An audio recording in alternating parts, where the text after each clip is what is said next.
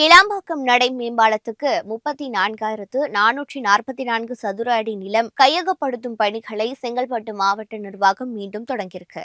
சென்னையில பல பகுதிகளில் இருந்து கிளாம்பாக்கம் பேருந்து நிலையம் செல்லவும், வெளியூர்ல இருந்து வருவோர் அங்கிருந்து தங்கள் பகுதிக்கு செல்லவும் மாநகர பேருந்துகளை மட்டுமே நம்பியிருக்க வேண்டியிருக்கு.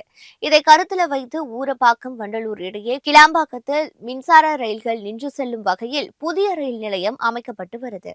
இந்த ரயில் நிலையத்தையும் பேருந்து நிலையத்தையும் இணைக்கும் வகையில் 74 கோடி ரூபாய் மதிப்பில் 1310 மீட்டர் நீளத்துக்கு நடைமேம்பாலம் அமைக்கும் பணிகள் கடந்த ஆண்டு தொடங்கியதோடு 1 ஏக்கர் 45 சென்ட் நிலத்தை கையகப்படுத்த செங்கல்பட்டு மாவட்ட நிர்வாகம் அறிவிப்பை வெளியிட்டிருக்கு.